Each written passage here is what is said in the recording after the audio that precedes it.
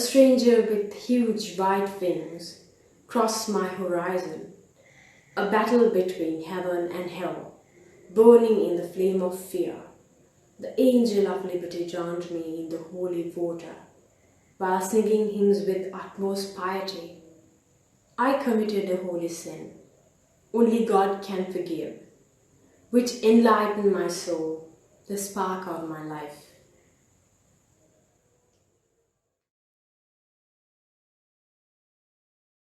Thundering the blue sky, bubbly smoke, burning of fire, in the most sacred places and the most hospitable places, in the island of the Indian Ocean.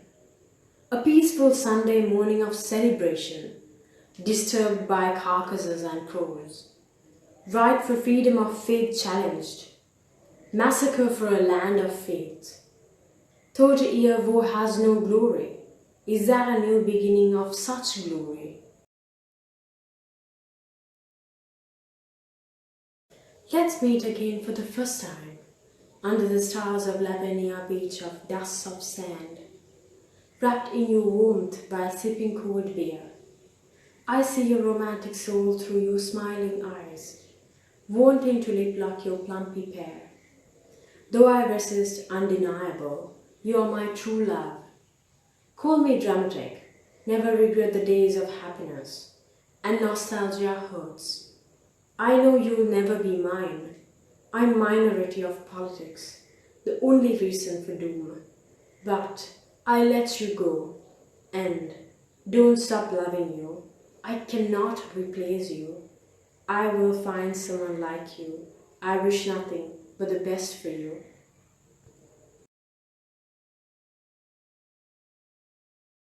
Serenity in the darkness gives the thrill of a secret, a deep dark secret or a painful lesson, or it lets out the sweet inner hidden soul. It sucks the sorrow in and let overflow some peace.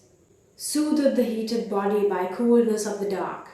Glimpse of light brings melody to the song of darkness. Hide among the shadows and shades. It's fun with the ones who don't see in the darkness. Listen to the scream of horror of people who are scared of darkness. Enjoy thinking about their unrealistic imagination. Darkness gives me playful feelings, wakes up that joyful me. Lustrous feelings emerge, but shadows distract me.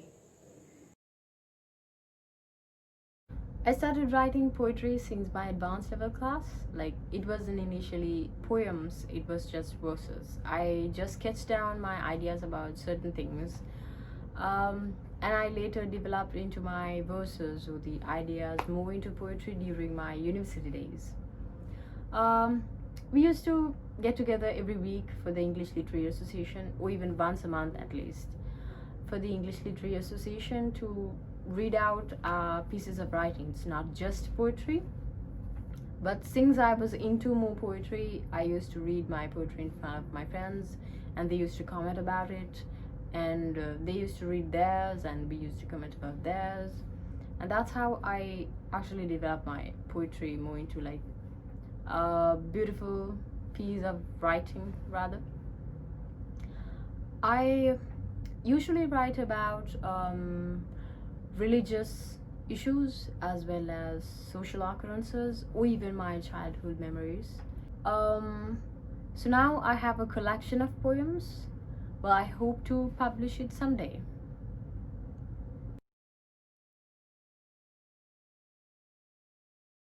I've actually had the opportunity of reading some of Imsha Iqbal's poetry previous to this encounter. And when I read the four poems here, I was actually again reminded of a general feeling I always had towards Imsha's writing. That is to say that Imsha writes with a certain sincerity and an honesty, which is very refreshing and which I always try to look for in writers. There is something very heartfelt about the writing.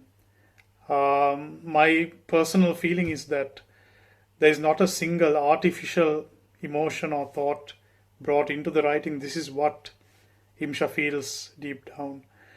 Of course, the writing is very emotional at times, depending on the subject matter, depending on where her feelings drive Imsha.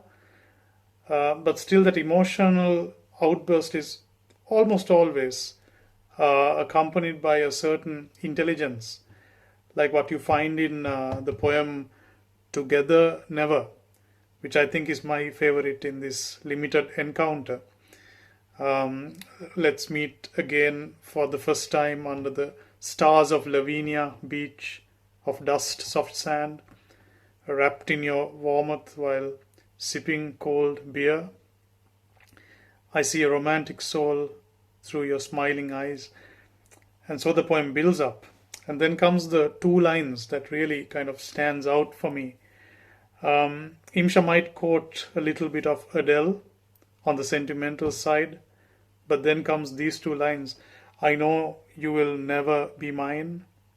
I am minority of politics.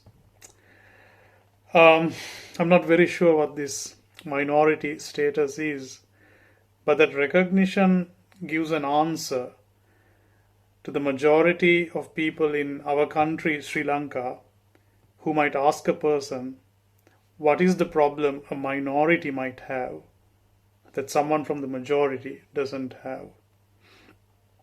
Question is, you can't love and carry on. You can't win in love when you are a minority. This is a very, very powerful political message. The political dilemma of love, it can't get any more personal, any closer to the individual than that. And Imsha kind of injects it in that memorable way. I think this issue to do with falling on two sides of a divide, it kind of recurs to a certain degree in the holy sin as well. There are people who can't cross this and meaningfully connect as humans, as individuals. So I think for me personally, there's a lot of power in that individual, emotional, sentimental delivery that Imsha tries to channel in her writing. Very refreshing stuff from a poet from whom I really expect a lot. If she keeps on writing at this same vein the next 5 to 10 years.